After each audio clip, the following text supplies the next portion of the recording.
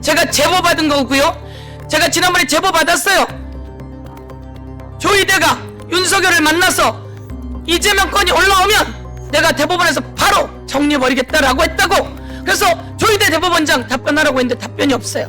오늘 영상 한번 다시 보실게요.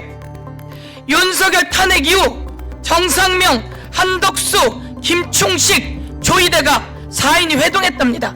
이것도 의혹이지만 들어보세요. 제가 말했던 내용과 똑같은 내용이 들려요.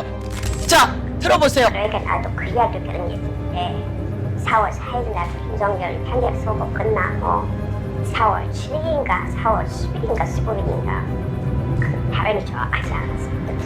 그때 그 조희대 대법원장하고 정상회의하고 그다음에 김충식이하고 한덕수하고 목적 대의원님하고 점심을 먹었다 이거지. 그 자리에서 조희대가 그런 말을 했다는 거야. 이재명 사건 대법원에 올라오면 대법원에서 처리해서 알아서 처리한다.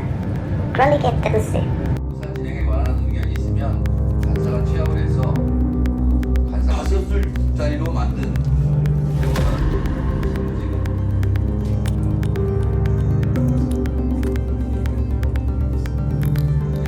저는 정확하게 제보를 받았고, 그런데 이런 상황 속에서 갑작스럽게 파기환송을 해요.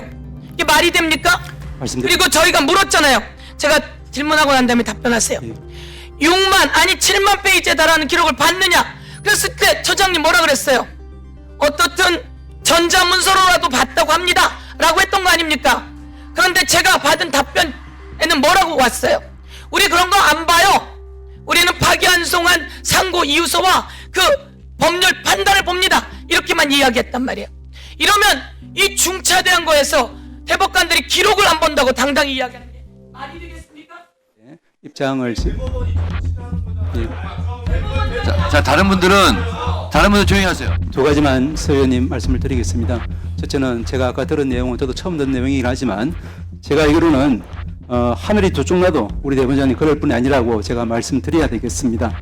두 번째는 그리고 이제 그 아까 9일이라고 이야기하셨지만 제가 지난번에도 말씀드린 바와 같이 3월 27일 날 상고 기록이 접수되고 나서부터 치면 한 달이 넘습니다. 그래서 이제 제가 이제 뭐 재판에 관여할 수 없기 때문에 저는 내용은 전혀 모릅니다만은 제 경험으로는 이제 이런 중요한 국민적인 관심사가 있는 이런 사안에서는 이제 대법관들이 자기의 명운을 걸고 기록을 열심히 보기 마련입니다. 저는 그 부분에 대해서는 뭐 구체적으로 모르기 때문에 뭐 더 이상 구체적으로 말씀을 드릴 수 없겠지만 그런 부분은 위원님께서 우리 구조에 대해서 조금 믿음을 주셔도 되지 않을까 하는 생각입니다. 난 이 얘기를 꼭 해야 합니다. 지난번에 제가 질의했어요. 조희대 대법원장 답변하라고. 그게 하늘이 두 쪽 나도 아니라고요? 그 사실 확인을 어떻게 해요? 내가 정확하게 제보를 받았어요. 그리고 이건 그 다음에 또 나온 녹취예요. 그런데 어떻게 하늘이 두 쪽 나도라고 답변을 하죠? 자, 여기 나와서 답변이 사실이 아니면 그대로 묻는 겁니까? 자, 운영 규칙도 저는 그래서 동등하게 적용을 제가 하겠습니다. 나와야 된다. 그 대법원장 이런 의혹을 그런데 저 이거 충분히 의심갈 만한 내용이라고 봅니다. 자, 됐고요. 대법원장은 그래서 즉각 사퇴하는 게 사법부를 위해서 맞아요. 어제 열린 외교통일안보 분야 국회 대정부질문. 민주당 부승찬 의원이 윤석열 전 대통령 파면 직후 조희대 대법원장이 한덕수 전 총리를 만났다는 제보를 받았다며 이렇게 말합니다. 점심 식사 자리였는데요. 이 모임 자리에서 조희대 대법원장이 무슨 얘기를 했냐? 이재명의 사건이 대법원에 올라오면 대법원에서 알아서 처리한다 라고 했다고 합니다. 이 발언을 윤석열에게도 했다고 하는 제보가 있었습니다. 부 의원은 그러면서 제보 내용이 사실이라면 이는 대법원장이 내란을 옹호한 거라고 주장했습니다.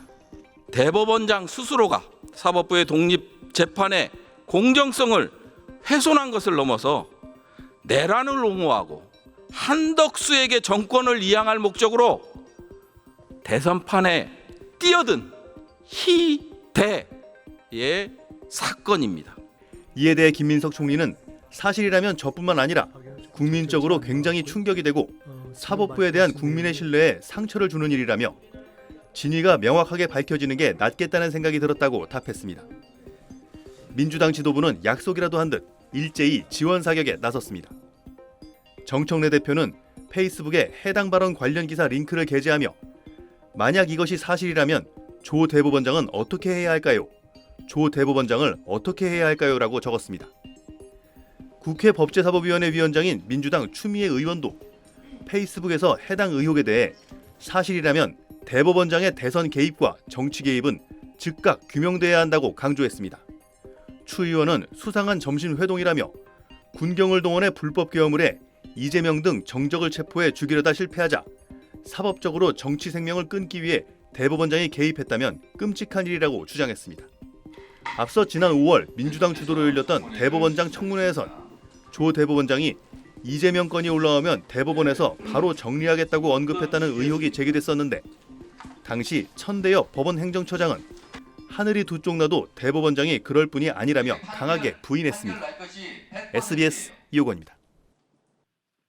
이재명 정부 1기 내각 구성이 완료된 후 첫 국무회의가 정부 세종청사에서 열렸습니다.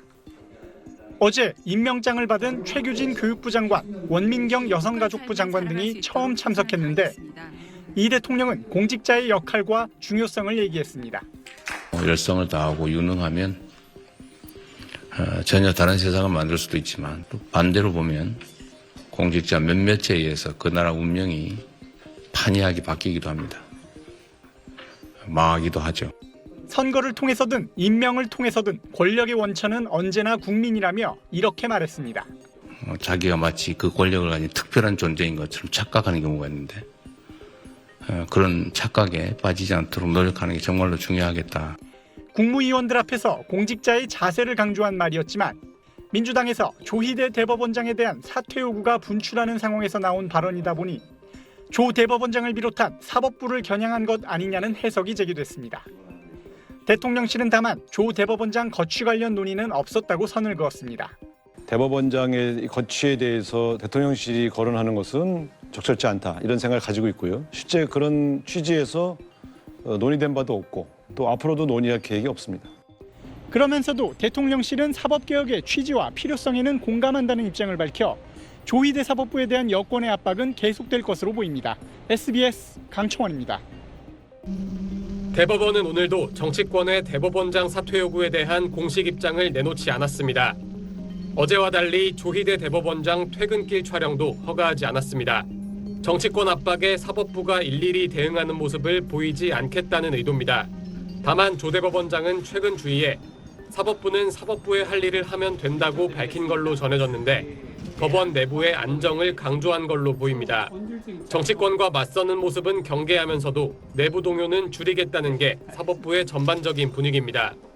법원 고위 관계자는 SBS에 조 대법원장을 포함한 사법부는 정치권 의견을 경청하고 있다면서도 외부 압박으로 사법부 수장이 사퇴해선 안 된다는 의견이 형성돼 있다고 전했습니다.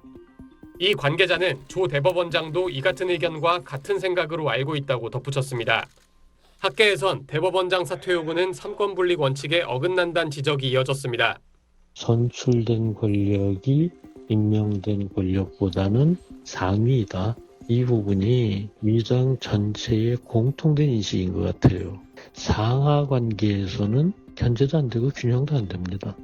민주당이 추진하는 내란 전담 재판부도 사법부 독립성을 정면으로 침해한다는 의견이 우세했습니다. 그런 재판부를 별도로 구성한다는 것 의도가 뭐예요? 그냥 특정인을 처벌하겠다는 소리잖아요. 입법권의 한계를 넘어서는 거고. 다만 법원 노조는 성명서를 통해 내부 비판에 나섰습니다. 노조는 법원이 개혁 대상으로 전락했다며 조 대법원장이 결자 해지하라고 밝혔습니다. SBS 평광현입니다.